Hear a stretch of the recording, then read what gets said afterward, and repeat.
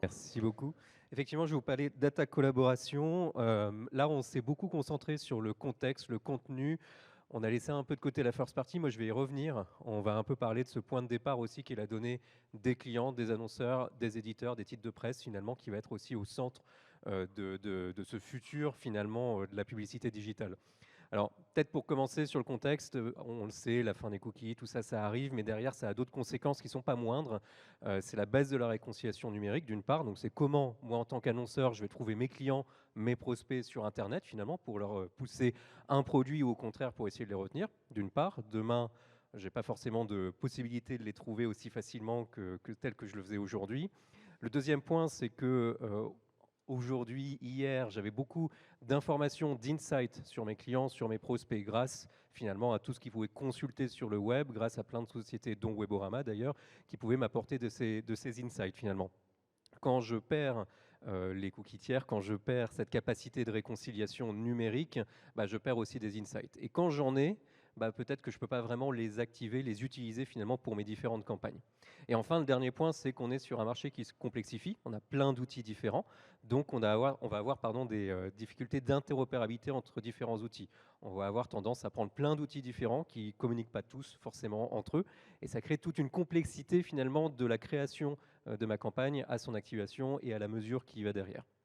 Donc, derrière, nous, on se rend compte quand même d'un point, c'est que demain, sans cookies, en tant qu'annonceur, je ne peux pas adresser mes clients, donc je ne parle plus à ce niveau-là de données first party l'éditeur, mais vraiment en tant qu'annonceur, mes données first party, je ne peux pas les adresser chez un éditeur.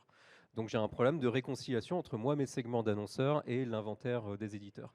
Donc je ne peux pas les adresser, je ne peux pas mesurer mes performances également qui peuvent avoir lieu sur ces sites internet. Et derrière, évidemment, pour les éditeurs, bah, c'est une part du revenu en moins qui forcément est impactée.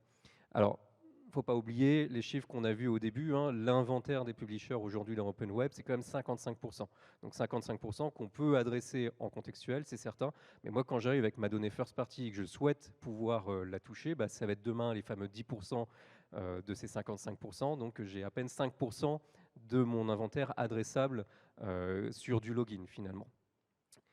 C'est ce que va permettre la Data Clean Room, de dire, bah voilà, ces fameux 5%, ils sont peut-être pas nombreux, mais ils sont hyper importants pour moi. C'est peut-être des gens qui déménagent, et j'ai tout intérêt à les garder finalement, si je suis un fournisseur d'électricité, si j'ai des forfaits mobiles, Internet, j'ai tout intérêt à ce que, après un déménagement, mon client reste chez moi. Donc la Data Clean Room, elle va permettre de faire le lien entre d'un côté, moi, mes segments annonceurs, et de l'autre, l'inventaire, donc chez les éditeurs.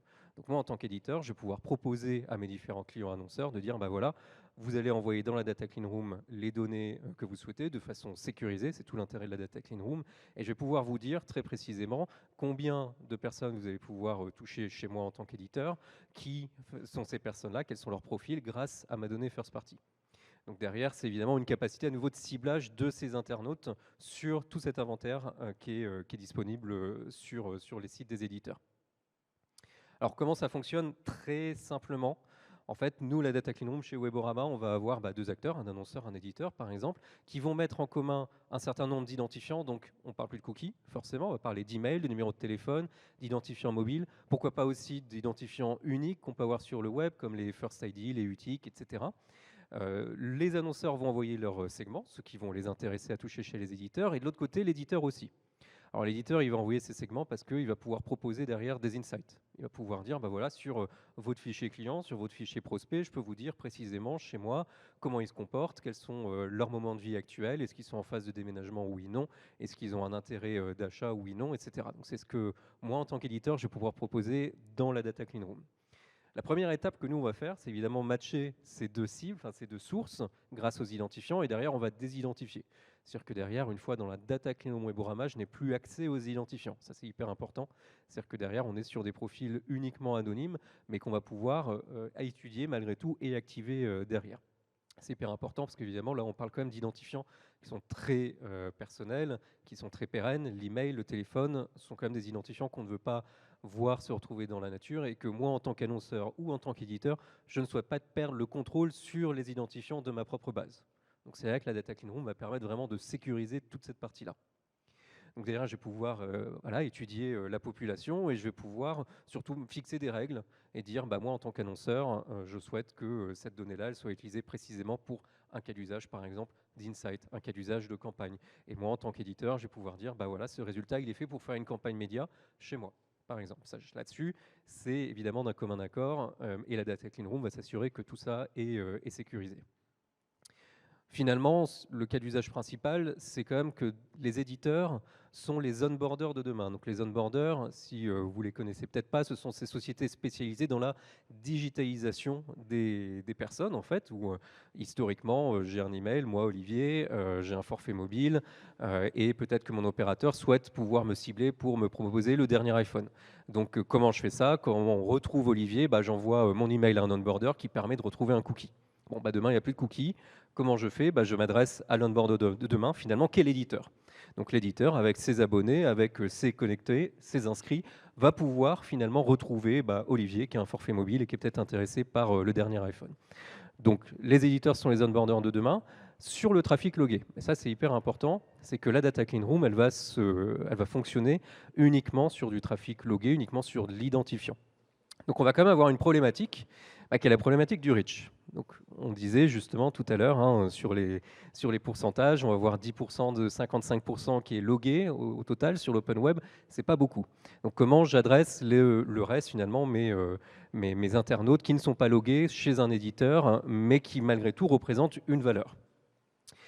Et ben on va utiliser le sémantique évidemment là-dessus. Alors le premier point, ça va être du lookalike, ce que nous on appelle seconde partie. Donc ça, c'est un petit peu quelque chose qu'on faisait déjà historiquement avec les DMP, les CDP. La Data Clean Room, par défaut, va le permettre. Là, on va être sur du comportemental pur. On va regarder finalement sur les individus qui sont en commun, qu'on a à la fois côté annonceur et à la fois côté éditeur, quels sont leurs comportements chez l'éditeur. Quelles sont les pages qu'ils consultent? Est-ce qu'ils ont un intérêt justement d'achat automobile, de déménagement, d'intérêt sur l'écologie, etc., etc. Donc ces comportements-là, on va pouvoir les regrouper et on va pouvoir dire, bah voilà, j'ai chez l'éditeur un groupe de personnes, donc loguées, donc on est toujours sur l'inventaire à ce niveau-là logué, mais un groupe de personnes qui n'étaient pas forcément en commun, qui n'étaient pas forcément présentes chez l'annonceur, mais qui ont des intérêts communs, des comportements communs par rapport à mon groupe de base. Donc déjà, je peux étendre sur d'autres utilisateurs et pas uniquement sur l'intersection de mes deux bases de données. Ça, c'est le premier point. Le deuxième point, et là on va rentrer vraiment dans la pure sémantique à ce niveau-là et du pur contextuel, c'est de dire à nouveau ces personnes qu'on avait en commun entre l'éditeur et l'annonceur, qu'est-ce qu'ils consultent cette fois-ci? Quelles sont les pages de l'éditeur qui consultent? Et cette fois-ci, je ne vais pas aller chercher des internautes qui sont les mêmes, c'est pas mon but, je vais aller chercher des pages qui sont relativement les mêmes finalement à mon thème de départ. Donc par exemple, à nouveau, moi, je suis abonné chez cet opérateur téléphonique et j'aurai consulté des articles qui parlent du dernier iPhone. Donc sémantiquement, on va regarder, OK, ces pages qui parlent du dernier iPhone, qu'est-ce qu'elles contiennent et quelles autres pages finalement sont liées à cette thématique-là. Donc peut-être des pages qui parlent de Apple, mais pourquoi pas aussi Samsung Galaxy, parce que finalement, est-ce que je vais vraiment acheter un iPhone? Ça, je ne sais pas encore, etc., etc. Donc là, derrière, on va étendre cette fois-ci non plus sur des utilisateurs, mais sur du contenu. Ce qui est hyper intéressant à ce niveau-là, c'est que l'activation qui a lieu derrière se fait sans identifiant. Donc, c'est même pas sans cookie, c'est qu'on est vraiment sans identifiant et sans besoin de consentement. Parce que derrière, je n'active pas des utilisateurs chez l'éditeur, mais j'active des pages web. Donc on revient sur les performances qu'évoquaient justement Margarita et Camille juste avant, c'est que derrière, l'activation, elle se fait vraiment sur un reach beaucoup plus important, parce que derrière, et également les personnes qui refusent d'être tracées vont pouvoir être ciblées de cette façon-là. Et la dernière possibilité, c'est de faire un mix. On va dire, je vais à la fois chercher, donc là ça devient un petit peu compliqué, mais à la fois chercher des profils similaires, à la fois chercher des pages similaires, et parmi les profils similaires, je peux encore aller chercher des pages similaires derrière. Ce qui est intéressant ici, quand on pense à Webomine, c'est que Webomine, jusque-là, je devais taper mon brief. Là, mon brief, c'est la clean room qui le fait pour moi. Le brief, c'est quoi? C'est voici mes individus de l'intersection entre ma base éditeur et ma base annonceur. Et je souhaite étendre finalement ces individus-là à d'autres pages ou à d'autres individus sur le reste de l'inventaire du publisher. Et derrière, on va aller chercher sémantiquement justement tout cet autre inventaire qu'on va pouvoir aller cibler. Mon brief, c'est la clean room qui le génère. Et ça va vraiment être ce lien-là qu'on va créer entre ces deux outils-là. La Data Clean Room, d'une part, va pouvoir me permettre de cibler des individus directement de la first party. Et l'autre côté, WebOmine va me permettre d'aller chercher tout cet autre inventaire qu'aujourd'hui je ne suis pas capable, dans l'intersection de ma collaboration, de cibler. Bah, c'est WebOmine qui va me permettre d'aller chercher cet incrément-là. Alors, je vais repasser la parole à Antoine, parce que là, maintenant, justement, ce qui va être intéressant, c'est de voir comment, derrière, on refait le lien avec ces identifiants. Comment je peux aller enrichir mes identifiants avec cette sémantique.